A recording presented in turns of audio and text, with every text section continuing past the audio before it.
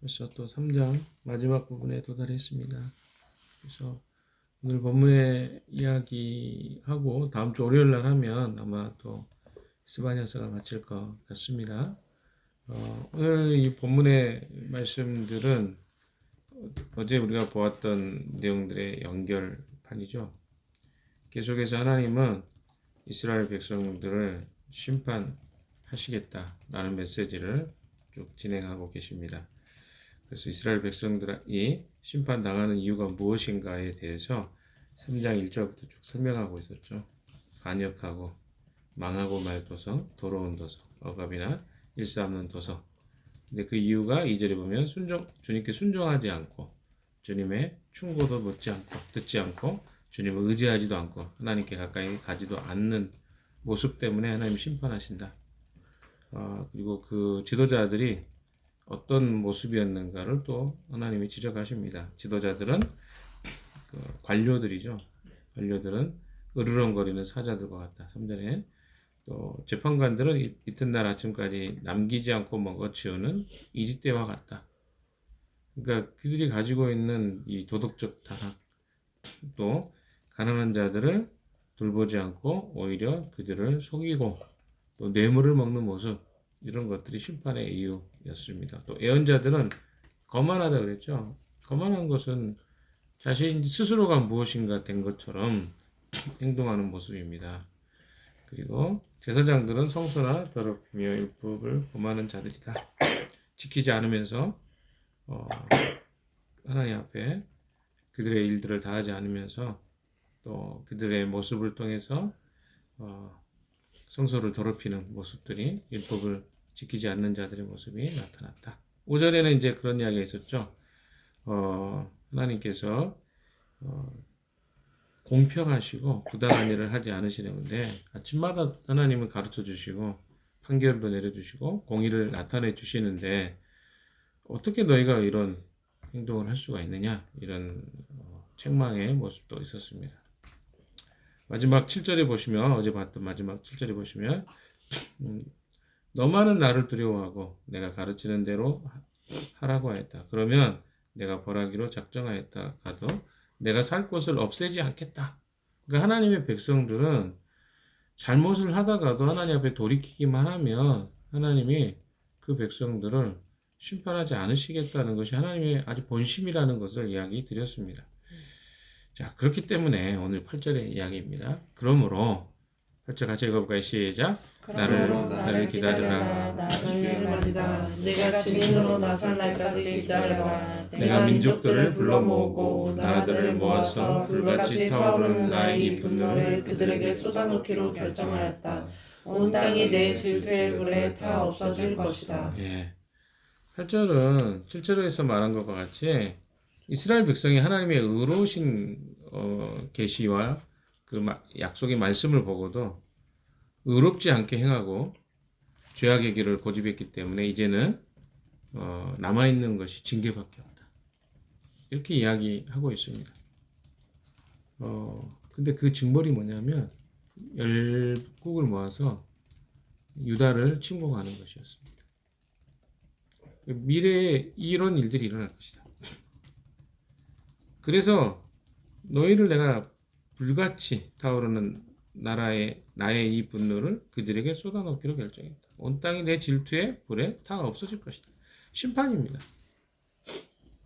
근데 심판은 궁극적으로 계속 이야기해왔던 것 아시죠? 목적이 심판이 목적은 아니다. 그래서 9절부터가 이제 좀 전혀 다른 이제 분위기의 목소리가 나옵니다. 9절 한번 읽어봅시다. 시작. 그때 내가 백성의 입술을 깨끗하게 하여 그들이 다 나 주의 이름을 부르며 어깨를 나란히 하고 나를 섬길 것이다. 자, 여기서부터는 이제 선지자 스바냐가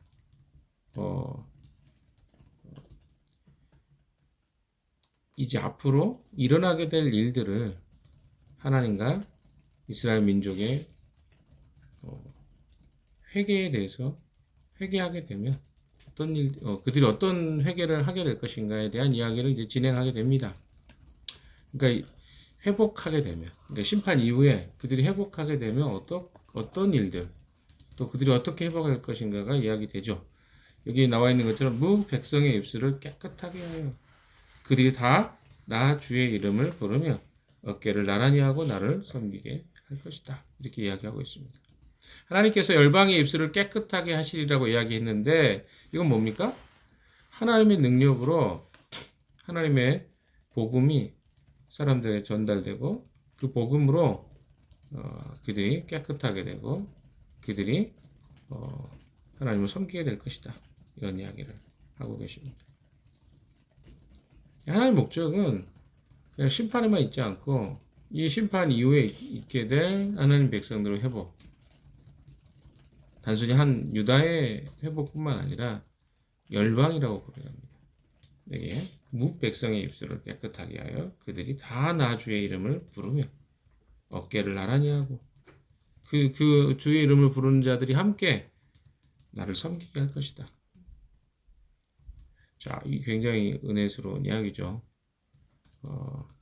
하나님을 부르는 자들, 하나님 정말 믿는 자들이 어깨를 같이 하고 함께 하나님을 섬기는 그런 은혜를 허락해 주실 것이다.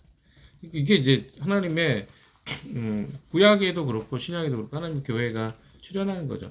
그러니까 구약에도 마찬가지고 신약에도 마찬가지. 하나님은 하나님의 교회를 기대하십니다. 근데 그게 뭡니까? 그리스도가 그들의 죄를 깨끗하게 하셔서 그들에게 더 이상 그 죄의 문제로 고민하지 않고 하나님을 섬기는 그 나라를 하나님이 계획하고 계신 것입니다. 또한 주님의 나라가 임하는 날에 어떨 것 같습니까?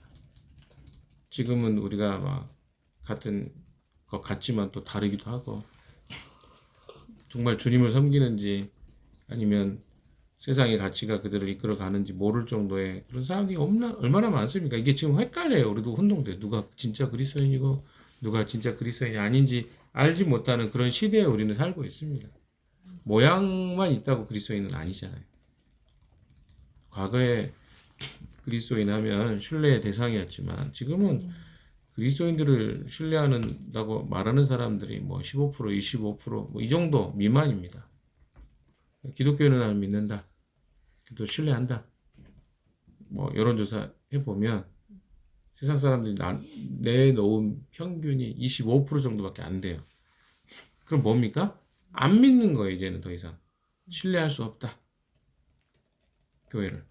사람들이. 교회 다니는 사람들이 이야기하는 말도. 이 정도가 됐으면 좀 심각한 상태거든요. 그러니까 다른 말로 이야기하면 우리 안에 뭔가 심각하게 지금 문제가 있다는 거예요. 가짜도 많고. 또 진짜 누가 그리스도인지 알지 못하는. 그럼 우리가 어떻게 함께 어깨를 걸고 갑니까? 여러분 그렇지 않습니까? 믿을 수 없는 거죠. 그러나 하나님은 하나님의 때에 이 하나님의 백성들을 일으켜 세울 것이고 그들이 함께 주님을 섬기는 날이 오게 될 것이다. 9절의 이야기입니다. 자, 10절도 봅시다. 10절 시작. 에디오피아 강 전 너머에 나를 섬기는 사람들, 내가 흩어보낸 사람들이 나에게 예물을 가지고 올 것이다. 자, 여기서 뭡니까? 이스라엘 백성 중에서 복음으로 돌아올 자들이 많을 것이라는 것을 예언합니다. 에디오피아 강 저 너머에서 나를 섬기는 사람들, 내가 흩어보낸 사람들이 유대 사람들이잖아요. 이 사람들이 어떻게 예물을 가지고 올 것이다. 이건 뭡니까? 이스라엘 백성들 안에서도 하나님께 다시 돌아오는 자들이 있을 것이다. 로마서 11장의 말씀이 좀 기억나죠? 9장부터 11장까지가 육체적 이스라엘이 어떻게 될 것이냐 바울이 이야기한 내용입니다. 복음은 이제 열방에 전파됩니다. 그러면 이스라엘 사람들은 어떻게 될 것이냐? 하나님은 그들도 그리스도의 이름으로 회복시키는 자들이 있을 것이다 라고 바울을 통해서 이야기합니다. 그래서 그날이 오면 유다 민족이든 또 열방의 사람들이든 하나님을 섬기는 자들이 함께 어깨를 걸고 하나님을 찬양하면서 하나님 믿게 되는 일이 일어날 것이다. 이게 스바냐서가 이야기하고 있는 내용입니다. 흩어졌던 이스라엘 백성들이 저 멀리 애굽 넘어 구스 땅이죠. 북아프리카까지 흩어졌던 자들이 거기서 다시 돌아와 하나님 예배하는 자들로 돌아오게 될 것이다. 이렇게 이야기하고 있는 것입니다. 복음의 편만함이죠. 복음이 막 증거되면 그런 일이 일어날 것이다. 11절도 읽어볼까요? 시작. 그날이 오면 너는 나는 나를 거역한 온갖 잘못을 부끄러워하지 않아도 될 것이다. 그때 내가 거만을 떨며 자랑을 일삼던 자를 이 도성에서 없애버리겠다. 내가 다시는 나의 거룩한 산에서 거만을 떨지 않을 것이다. 예, 이 말씀은 유대 민족이 많은 환난과 징계의 심판을 통과하고 난 다음에 반드시 정화되고 깨끗해져서 교만하지 않고 주님을 신앙하게 믿고 따르게 될 것이다. 이런 예언을 이야기하고 있습니다. 유대인들 중에서요, 교만한 무리가 분명히 있었습니다. 아까 5절에 나왔나요? 유대인들의 지도자였던 제사장들이 그런 교만한 행동을 했습니다. 선지자들이 그렇게 했죠. 근데 그들이 다 이제 심판받죠. 그리고 남아있는 자들은 어떻습니까? 온전하게 하나님을 따르는 자들. 그래서 교만하지 않은 자들. 거만함이라는 것은 뭡니까? 자기 자신의 힘과 의지, 자기의 능력을 의지하고 믿는 거 아닙니까? 또 불신앙입니다. 불신앙. 하나님이 아닌 인간의 힘과 권력, 유대 제사장들이 했던 일들이죠. 이런 것들이 다 사라지게 될 것이다. 그래서 그 결과로 남은 백성은 구원을 받는 일이 있을 것이다. 그러니까 끝까지 남는 게 신앙이라고 저는 생각합니다. 신앙은요, 뭘 잘하는 게 아니에요. 여러분 잘 생각하십시오. 이제까지 우리는 화려하게 내가 어떤 영광을 드러내고 또 무엇인가 사람들 앞에서 보여주는 거라고 생각했을지 모르겠습니다. 그게 신앙생활이라고 생각했을지 모르겠어요. 어떤 한 자리를 해서 내가 주님의 영광을 드러내는 것이라고 생각할지 모르겠습니다. 그러나 주님은 구약성경 곳곳에 렘넌트라고 그러죠. 영어로는 렘넌트. 우리말로 하면 구루터기, 남은 자들. 이런 신앙을 기대하십니다. 오래 남는 자가 하나님의 사람들이죠. 그리고 꾸준하고 그리고 끝까지 남는 자들. 성경이 이야기하는 신앙은 그런 겁니다. 우리가 보이지 않지만 곳곳에 숨어서 끝까지 하나님을 섬기는 일을 포기하지 않고 화려하지 않지만 또 누구에게 자랑하지 않지만 하나님을 섬기는 일을 끝까지 하는 사람들, 이런 사람을 하나님은 구원받은 백성, 남은 자들, 구루터기라고 하죠. 12절도 읽어봅시다. 시작. 그러나 내가 이 도성 안에 주의 이름을 의지하는 온순하고 겸손한 사람들을 남길 것이다. 예, 스바냐는 이제 위에 언급되었던 정하던 백성의 성격과 그들이 받게 될 복에 대해서 이야기하고 있습니다. 그 성격은 뭐냐면 12절 이야기하는 거죠. 온순하고 주의 이름을 의지하는 온순하고 겸손한 사람들이다. 이것은 복음을 믿는 자가, 그렇죠? 세상에서는 그 믿음 때문에 조금 핍박과 환난이 있을 수 있습니다. 그러나 그들을 향해서 하나님 하시는 하시는 말씀은 온순하고 겸손한 사람들이 남을 것이다 이야기합니다. 겸손함이 무엇입니까? 온순함이 무엇입니까? 온순하면 성격적으로 말을 잘 안 하고 또 조용히 자기 생각들을 드러내지 않는 거, 우리는 보통 이런 생각을 합니다. 그러나 우리가 온유라는 단어를 아시죠? 야생마가 길들여지는 거예요. 주인에 의해서 잘 길들여지는 것, 그게 온유의 아주 근원적 단어의 의미거든요. 그래서 온유하다 그래서 안에 열정이 없다거나 패기가 없다거나 힘이 없다거나 이런 게 아닙니다. 절제된 거죠. 주인에 의해서. 그게 온유입니다. 온순함이 그런 겁니다. 또 겸손하다는 건 무엇입니까? 자기가 누구인지 제대로 인식하는 거죠. 나의 힘과 나의 의지에 의해서 자기 자신의 이 존재되는 것이 아니라 그리스도가 드러남으로 그리스도 안에서 자기 자신을 올바로 보는 거, 이게 겸손 아니겠습니까? 이런 사람들은 하나님의 백성이라고 해요. 정화된 백성의 특성, 이건 그런 겁니다. 두 번째는 무엇입니까? 주의 이름을 의지하는 자들이죠. 주님을 따름에 있어서 순종하는 거, 구원을 받는 거, 그게 무엇입니까? 의지하는 거예요. 주님을 의지하는 거. 신앙은 하나님을 의지하는 겁니다. 우리의 삶에 하나님을 의지하고 살기 참 어렵습니다.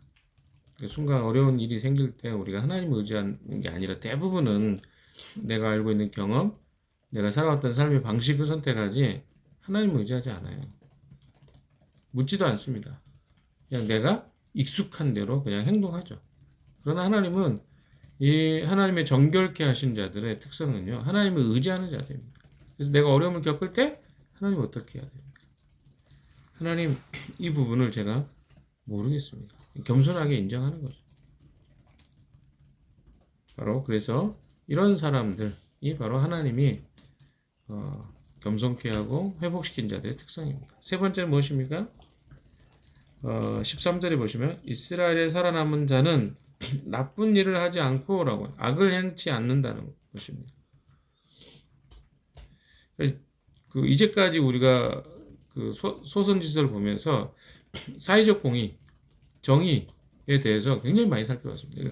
그러니까 하나님의 나라의 백성들의 특성 중에는 사회적 공의와 정의를 실현하는 자들이에요. 악한 행동에 대해서 용납하지 않는 것입니다. 악한 행동이 무엇입니까? 가난하고 힘없는 자들을 업신여기고 그들을 착취하고 억압하고 물질적으로 또 권력으로 힘으로 눌러버리는, 이거 하나님이 악한 행위라고 이야기합니다. 그리고 남의 것을 어때요? 강제로 빼앗는 거, 이거 다 악한 행위라고 이야기합니다. 지금 그 힘을 가지고 그렇게 하는 사람들이 얼마나 많습니까? 내가 갑이 되면 의련히 당연히 그렇게 해도 괜찮다고 생각하는 사람이 굉장히 많습니다. 그런데 이것들이 다 뭡니까? 하나님 백성에 맞지 않는 거예요. 이스라엘에 살아남은 자는 나쁜 일을 하지 않는 거예요. 자, 또 무엇도 하지 않습니까? 거짓말도 하지 않습니다. 여러분 입에 거짓말이 어떻습니까? 말하다 보면 자신도 모르게 거짓말이 흘러나오는 사람이 있습니다. 이거 두려워해야 됩니다. 왜 그렇죠? 거짓은 하나님과 관계없는 행동과 태도이기 때문에 그렇습니다. 하나님의 성품에는 거짓이 없어요. 그런데 우리 안에 우리도 모르게 거짓말을 해야 생존할 수 있대. 거짓말은 뭡니까? 정직하지 않고 바르게 말하지 않는 것으로 내가 생존해 온 거예요. 그러니까 이런 어떤 것이 내게 습관이 되어 있기 때문에 거짓말이 나오는 거거든요. 근데 어떤 경우는 거짓말이 나오는 것도 잘 모릅니다. 자기가 거짓말하고 있는지도 몰라요. 이게 심각한 일입니다. 그만큼 많이 오염된 거야. 그래서 내가 거짓말하지 않으면 내가 불이익을 당하고 거짓말하는 것이 나에게 이롭다고 생각하기 때문에 그런 걸 하는 거거든요.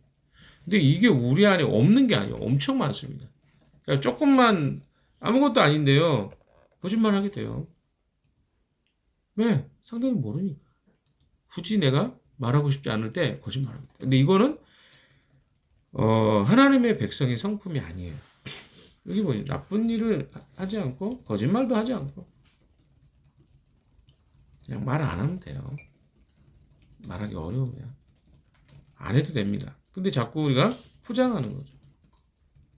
거짓말 해놓으면요 반드시 그건 드러나게 돼 있어요. 자꾸 여러분 안에 이런 습관들을 그냥 지나갑니다. 그러면 안 됩니다. 그리스도인들은 이 거짓말이 사라져야 돼요. 또 간사한 혀로 입을 놀리지도 않을 것이다. 참 이게 어렵죠. 거짓 불신앙입니다. 이것은 잘못된 신앙이에요. 거짓된 신앙. 우리가 믿지도 않으면서 믿는 것처럼 말하는 것도 거짓된 신앙이에요. 우리 안에 있는 신앙들을 좀 살펴볼 필요가 있을 것 같습니다. 자, 그들이 반대로 얻게 될 축복이 무엇입니까? 그들이 잘 먹고 편히 쉴 것이니 아무도 그들을 위협하지 못할 것이다. 자, 하나님은요, 하나님의 보호를 받게 될 것이고 하나님의 평강을 누리게 될 것이다. 이렇게 이야기합니다. 하나님을 의지하는 자. 이게 이제 13절까지 이야기입니다. 사랑하는 여러분, 마지막 날이 되면요, 우리는 다 평가를 받게 될 것입니다. 주님 앞에. 이걸 우리는 늘 기억해야 돼요. 우리가 왜 이렇게까지 그리스도인으로 살아가야 되느냐? 마지막 날에 반드시 주님이 우리를 주님 앞에 서게 하실 것이기 때문에 그렇습니다. 벌거벗고 서게 될 거예요. 근데 우리 안에 그 신앙이라는 것은 이 주님 앞에 서게 될 때 우리가 어떻게 살았는지가 낱낱이 드러나게 될 때 부끄러우면 안 되겠죠. 도망가고 싶죠. 차라리 구원받는 것보다 도망가는 게 저 지옥에 가서 사는 게 더 낫다고 생각할 만큼 우리의 모습이 적나라하게 드러날 겁니다. 여러분 그때를 생각하십시오. 우리의 삶은요 반드시 시간이 지나면 평가를 받습니다. 모든 것 다 평가받잖아요. 내 가까이에 사람들에게 평가받을 때 우리는 어떻습니까? 두렵죠. 그래서 잘 살고 싶죠. 그것 때문에 행동하죠. 똑같습니다. 주님 앞에 서는 날이 있기 때문에 그리스도인으로서 우리는 우리의 삶을 돌아보고 점검하는 일을 합니다. 그래서 우리가 공동체로 사는 이유도 그거잖아요. 혼자 살면 마음대로 살아버리는데 우리가 함께 하면 적어도 그런 것으로부터 우리를 지키고 보호할 수 있기 때문에 서로가 그 서로를 지켜주기 위해서 공동체로 존재하는 겁니다. 공동체가 서로를 타락하게 하고 서로가 넘어지게 하는 일들이 많아진다면 그 공동체로 사는 의미가 없습니다. 그래서 우리가 함께 한다는 것이 그런 의미가 있다는 걸 기억하시고요. 서로를 격려하고 독려함으로 끝까지 남아 설 수 있는 우리가 됐으면 좋겠습니다. 남는 것이 신앙입니다. 끝까지. 그리고 우리 신앙이 화려하지 않아도 돼요. 다만 끝까지 주님 앞에 서는 날까지 서로를 격려하고 의지하면서 어깨를 맞대고 걸어가는 신앙인이 되었으면 좋겠습니다. 오늘 하루도 우리에게는요 삶이 퍽퍽합니다. 날씨도 춥고요. 또 뭐 경제적 상황도 그렇게 좋은 상황도 아니고 여러 가지 것들이 우리에게 부담이 될 수 있습니다. 그러나 여러분 이 모든 것들이 우리가 주님을 믿고 사는 삶에 어떻게 보면 당연히 있는 것들이에요. 누구나 있는 것들입니다. 이게 불평할 필요도 없어요. 다만 우리에게는 하나님이 주신 축복이 있습니다. 믿는 자들에게 주시는 축복이 있죠. 하나님이 주신 평안도 있고 하나님이 주신 축복도 있습니다. 이걸 누리고 살 것인지 아니면 세상에 살아가는 사람들처럼 내 힘으로 노력으로 그들처럼 살아갈 것인지 오늘도 돌아보고 점검하며 하나님을 잘 섬기는 하루 되시기를 주님의 이름으로 축원합니다. 기도하겠습니다. 하나님 아버지